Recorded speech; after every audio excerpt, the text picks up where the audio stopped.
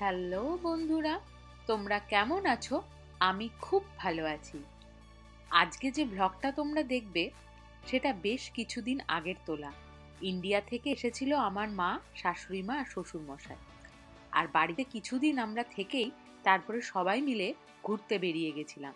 সবার প্রথমেই আমরা চলে গিয়েছিলাম নিউ ইয়র্কে। আর এটা হচ্ছে নিউ ইয়র্কের সেন্ট্রাল পার্ক।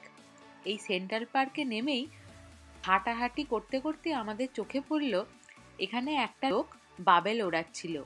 আর সেখানেই ছোট্ট একটা কাঠবিড়ালি ওই লোকটার কাছে বারবার খাবার চাইছে আর একটু করে নিচ্ছে আর দূরে গিয়ে খাচ্ছে। দেখে বেশ আমাদের ভালোই লেগেছিল। আর সেন্ট্রাল পার্কের মধ্যেই এরকম একটা উঁচু জায়গা ছিল যেখান থেকে নিউ ইয়র্কের উঁচু বিল্ডিং মানে প্রায় ডাউনটাউনটাই ভালোভাবে দেখা যায়। এখানে দাঁড়িয়ে সবাই ছবি ভিডিও তুলছিল। তারপরেই আমরা চলে গেছিলাম ফিফথ এভিনিউ নিউ ইয়র্কে, যেখানে সমস্ত নামি দামি ব্র্যান্ড আছে।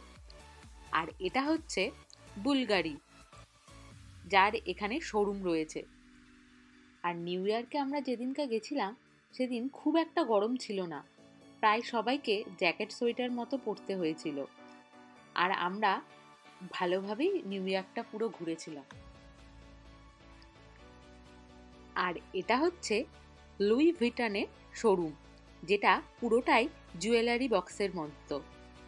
এর ভিতরে অনেক ক্যাফে আর রেস্টুরেন্ট আছে, যেটা একদম নতুন, যার ভিতরে এখনো কাজ চলছে। আমরা এর আগে এসেছি, কিন্তু তখন এটা আমরা দেখিনি। এটা একদমই নতুন। আর নিউ ইয়র্কের ডাউনটাউন কোনো সময় ফাঁকা আমরা দেখিনি, সব সময়তেই লোকজনে ভর্তি। আর তারপরেই বাইরে আমাদের চোখে পড়ল আমেরিকার বর্তমান প্রেসিডেন্ট ডোনাল্ড ট্রাম্পের মতো অভিনয় করছে। ডোনাল্ড ট্রাম্পের আদব কায়দায় সে লোকেদের সাথে কথাও বলছে এবং সমস্ত গাড়ির কাছে গিয়ে সে কথা বলছে। দূর থেকে দেখে আমাদের এক ঝলক প্রথমে ডোনাল্ড ট্রাম্পই মনে হয়েছিল। তারপরে আমরা দেখলাম যে না, ওটা একটা লোক যে ডোনাল্ড ট্রাম্পের মতো সেজেছে। আর পাশেই ছিল গুচি, প্রাডা এগুলোর শোরুম।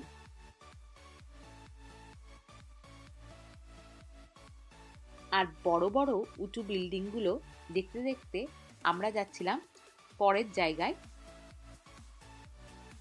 যার নাম হচ্ছে ট্রাম্প টাওয়ার। এই ট্রাম্প টাওয়ারের ভিতরে আমরা ঢুকে পড়েছিলাম। এর ভিতরে অনেক ক্যাফে, রেস্টুরেন্ট রয়েছে।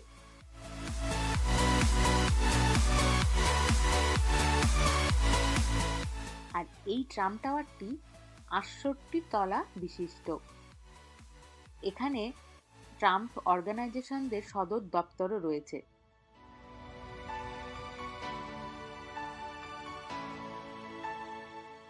আর এই ট্রাম্প টাওয়ারের ভিতরে আমরা ঢুকে ভালো মতো ঘুরে তারপরে চলে গেছিলাম যেখানে লেখা 45 প্রেসিডেন্ট ট্রাম্প, সেইখানে ছবি তুলতে। ওখানে দাঁড়িয়ে সবাই ছবি ভিডিও তুলছিল, তাই আমরাও চলে গেছিলাম। আর তারপরেই আমরা চলে গিয়েছিলাম ফিশ বোন। আর এটি দেখতে পুরো মাছের কাটার মতো। এর নাম হচ্ছে অকুলাস। এর ভিতরে শপিং মল রয়েছে আর নিচে আছে অনেক রেলওয়ে স্টেশন। আমরা এরপরে এর ভিতরেই ঢুকেছিলাম।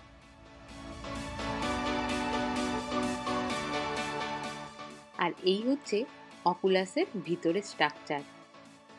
ভিতর থেকেও দেখে পুরো মাছের কাটার মতোই লাগে উপর দিকটা। আর ফিশ বোনের বাইরেই ছিল আর অনেক রকম পশু পাখি একসাথে খাবার খাচ্ছে, সেরকম স্ট্রাকচারের একটা মডেল।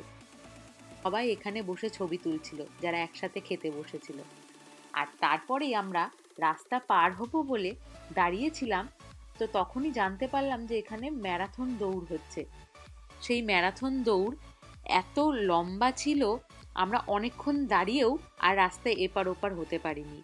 এখানে হাজার হাজার লোক অংশগ্রহণ করেছিল, ছোট থেকে বড় সবাই এখানে অংশগ্রহণ করেছিল। আর প্রত্যেকের কাছে একটা করে নাম্বার দেওয়া ছিল। আর আমরা দাঁড়িয়ে দাঁড়িয়ে সেগুলোই দেখছিলাম। আর অনেক রাস্তা বন্ধ করে দিয়েছিল। আর এদের মধ্যে অনেকেই দৌড় প্রতিযোগিতা থেকে বেরিয়ে গেছিল, তারা হেঁটে হেঁটে পরে ফিরছিল। আর অনেকক্ষণ দাঁড়িয়ে থাকার পরে আমরা সেখান থেকে বেরিয়ে চলে গিয়েছিলাম টুইন টাওয়ারের কাছে, যেটা 9/11-এর হামলায় 2001 সালে দুটি বিমান এই টুইন টাওয়ারে এসে ধাক্কা খায়। এর ফলে বিল্ডিংটি ভেঙে পড়ে, প্রচুর মানুষ মারা যায় আর প্রচুর ক্ষয়ক্ষতি হয়। এই স্মৃতির উদ্দেশ্যে এই টুইন টাওয়ার দুটিকে পাশাপাশি রেখে দিয়েছে। আর এর ভিতরে জলের ফোয়ারা আছে, আর এই টুইন টাওয়ারের পাশেই সবার নাম লেখা, যারা এই ধ্বংসে প্রাণ হারিয়েছিল।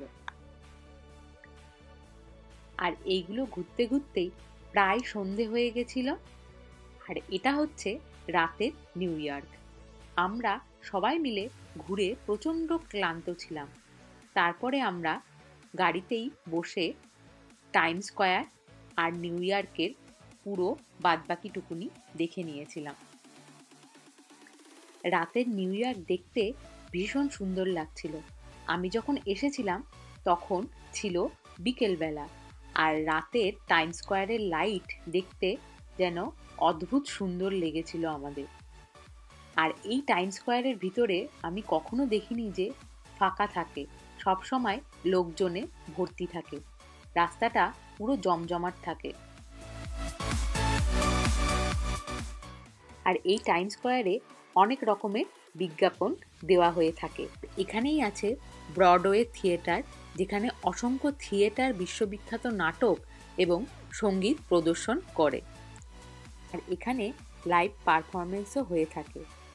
এটি কর্মব্যস্ততার জন্য পরিচিত, আর বিভিন্ন পর্যটক স্থানীয়রা এখানে আসে দেখ। আর এই টাইম স্কোয়ারের মধ্যেই অনেক রেস্টুরেন্ট রয়েছে, আর এখানে বিনামূল্যেই সবাই ঘোরাঘুরি করতে পারে। কিছু কিছু অনুষ্ঠানের জন্য এরা টাকা নিয়ে থাকে, আর এমনি সময় এখানে বিনামূল্যেই ঘোরাঘুরি করা যায়। আর আগের বছর থেকেই এই টাইম স্কোয়ারে নতুন করে দুর্গাপুজো করা শুরু হয়েছে। এখানে সমস্ত রকম লোক এসে নাকি এই দুর্গাপুজো উপভোগ করে। আমাদেরও আসার খুব ইচ্ছে। আমরা যদি কখনো সম্ভব হয় অবশ্যই এসে টাইম স্কোয়ারের দুর্গাপুজো দেখে যাব। আর তারপরেই আমরা দেখতে চলে গেছিলাম ভেসেল। এই স্ট্রাকচারটির নাম হচ্ছে ভেসেল। একটা মেয়ে এখান থেকে আত্মহত্যা করার পরে এটি বন্ধ ছিল 3 বছরের বেশি সময় ধরে। তা এই বছর ফেব্রুয়ারি মাসে খোলে। আর তারপরেই আমরা সবাই মিলে চলে এসেছিলাম নিউ ইয়র্কের হোটেলে। ওই রাতটা আমরা নিউ ইয়র্কেই ছিলাম। আমরা হোটেলে চেক ইন করে গেছি, এখন রুমে যাওয়ার পালা। আমাদের দুটো রুম ছিল, সেটা ছিল উপরে।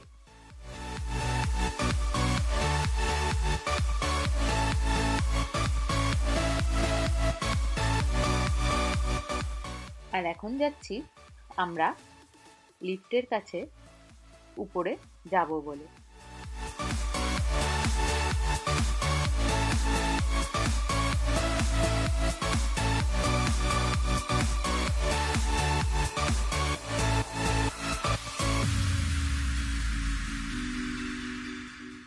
আমরা আমাদের রুমের কাছে চলে এসেছি।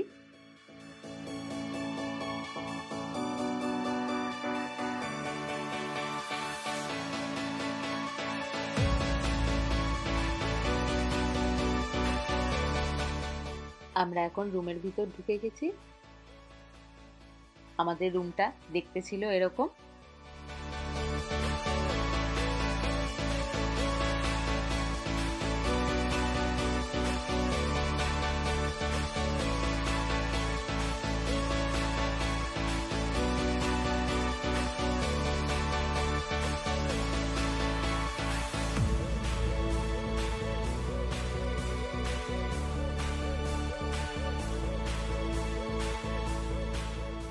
আর তারপরেই সকালবেলায় উঠে আমরা চলে গেছিলাম ব্রেকফাস্ট করতে, কারণ এই হোটেলটা ছেড়ে আমরা চলে যাব পরের জায়গায়। আর আমরা এখন বেরিয়ে পড়েছি পরের জায়গায় যাব বলে। আজকের মতো ব্লগ এখানেই শেষ করছি। কোথায় যাব তা দেখাবো পরের ব্লগে। দেখা হবে পরের ব্লগে। সবাই খুব ভালো থেকো।